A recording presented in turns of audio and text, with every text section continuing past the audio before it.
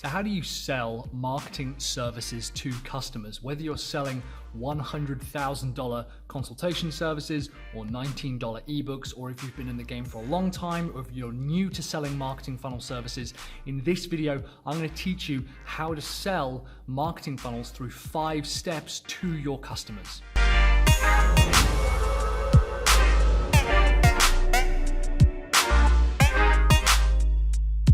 Hey funnel builders, Mike here from Sell Your Service. If you're new here, make sure you subscribe. I produce new content every single week that helps funnel builders like you attract more clients, attract more income, and sell more funnels. I've also got some training on how to find the right niche for your marketing funnel business in the description below. But in the meantime, let's get into the 5 steps to selling marketing funnel services to your customers. So the big problem is that we often confuse marketing services with any other kind of product, because marketing is in itself something designed to attract customers and help people find you and like you and trust you. We can sometimes get a bit confused about what it is that we're really offering to the customer. We might like the idea of marketing for other businesses. We might even be really good at it, but we often struggle with areas such as closing the customer, helping them understand what it is that they're buying, and we also struggle with pricing. All of your customers might want something slightly different. It's a bit like being a doctor, where you have to go into the business and consult with them and kind of have a route around and diagnose what exactly is ailing their business and preventing them from growing. Because everyone wants something slightly different, it can be very difficult to know how you're going to close every single project when it looks like every single project is entirely different. Also, a lot of the time as marketers and marketing service builders and funnel builders, we might really struggle with selling and closing and kind of move towards marketing because we don't want to sell, when in actual fact, selling is one of the most important aspects of any business, whether you're a marketing service company or not. There's a huge myth that if you price really high, and I've talked about this in another video, that you'll scare customers off. There's absolutely no difference in selling a $100,000 consultation package to like a bar of chocolate that costs a couple of bucks or a couple of pounds. Selling marketing services still relies on the fundamental understanding of delivering benefits to the customer and understanding what it is that they're going to be able to do, become, have, see, feel in the future, and framing it around their business rather than telling people what it is that you're going to do for them. So the first thing that you need to do, and this is a broad one and I really apologize, is you have to pick a niche and you have to pick a service. We've got training down below on how to pick a niche for your marketing business. It actually is not as hard as it sounds. The difficult part comes for committing to that niche. We also have to commit to a service. A lot of the time we're presented with new opportunities all the time from different gurus and marketing experts saying, oh, you should be selling Facebook Messenger bots, or you should be selling remarketing, or you should be selling funnels, or you should be selling email automation. The truth is that there's no service that's more or less profitable than any others, and there's no niche that's more or less profitable than any other niche. What's going to make your business profitable when you sell marketing services is your commitment to that niche and your commitment to the service.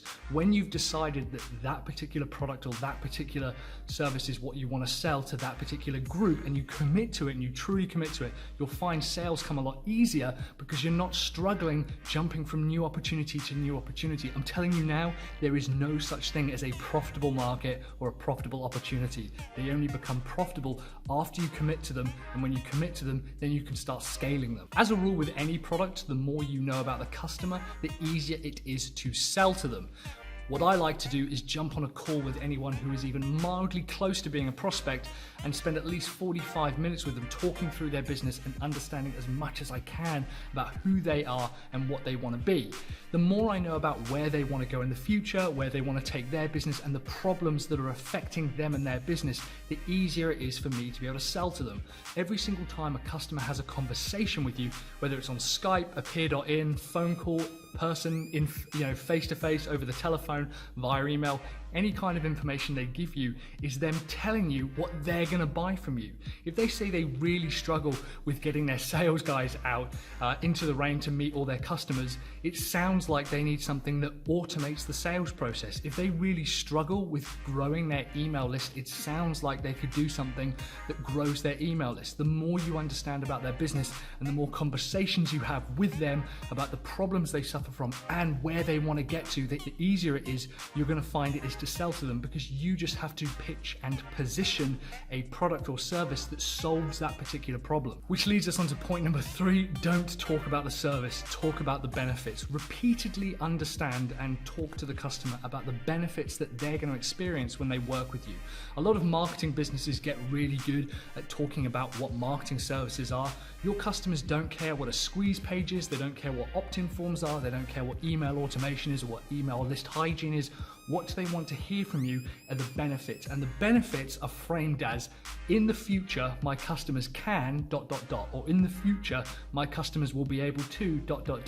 When you're able to finish that sentence, you're able to frame benefits that are far more appealing and attractive to a customer.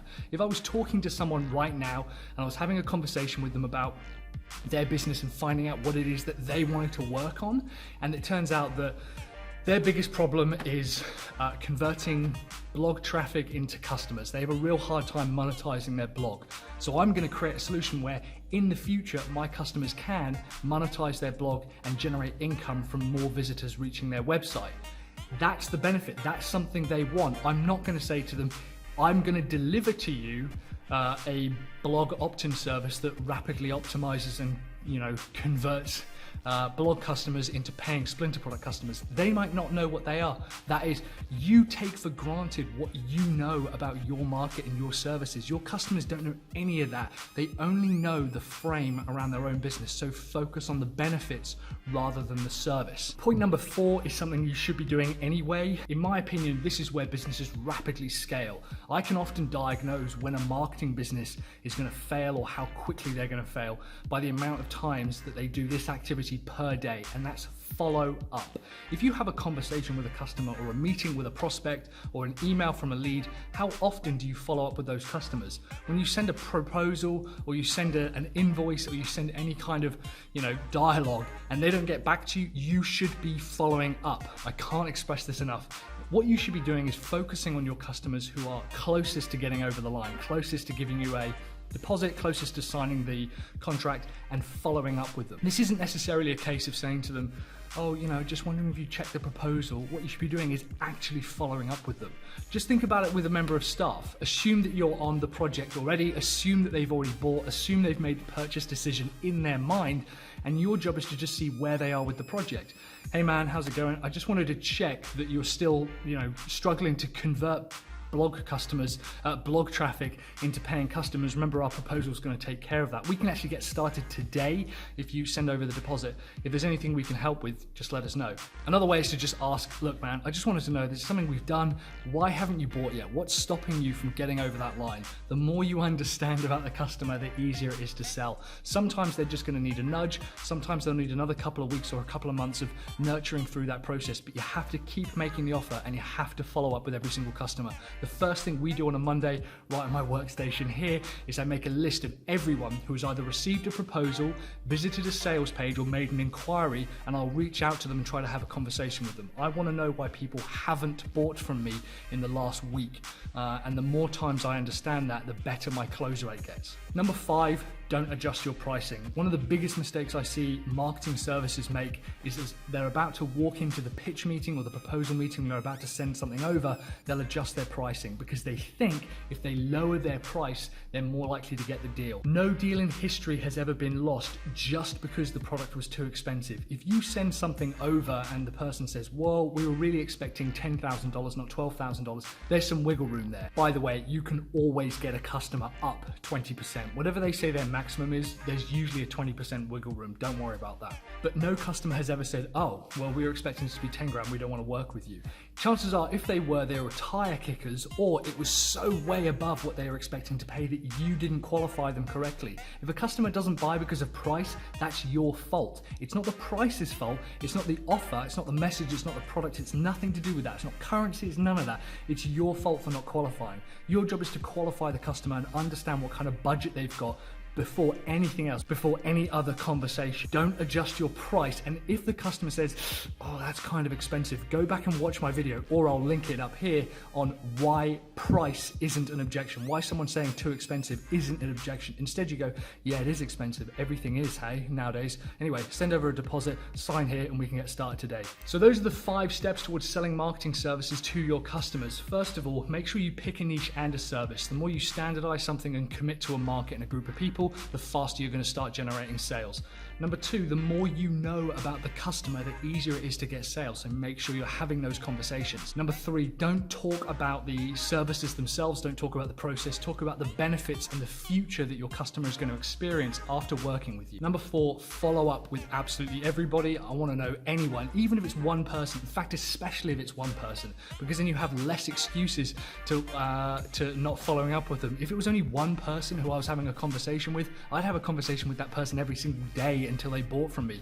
And number 5, don't adjust your pricing. Customers are willing to pay what they're willing to pay. If you send something over and it's way too expensive, you can always reduce your terms, you can always reduce what you're delivering in order to match the price that they're expecting. But also, bearing in mind, anytime a customer says that's expensive, that's not an objection, that's just a problem that they've got, and that's nothing you can do about it. Was this video useful to you guys? What kind of marketing funnel services or marketing services are you selling now? And are you going to change the marketing services that you sell to your customers now? Let me know in the comments below. I'd love to hear some feedback if this was a useful video and if you had a particularly big takeaway. In the meantime, I've probably got a couple of videos either side of me talking about how to sell marketing funnel services to your customers and how to price your marketing funnel services. My name is Mike. I produce new content every single week that helps funnel builders like you attract more customers, generate more income, and sell more funnels.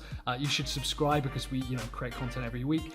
Give me a like. That's always super helpful, and sharing the video, of course, is the kind of big metric we're going after. In the meantime, I'll see you on the next video. Keep building those funnels.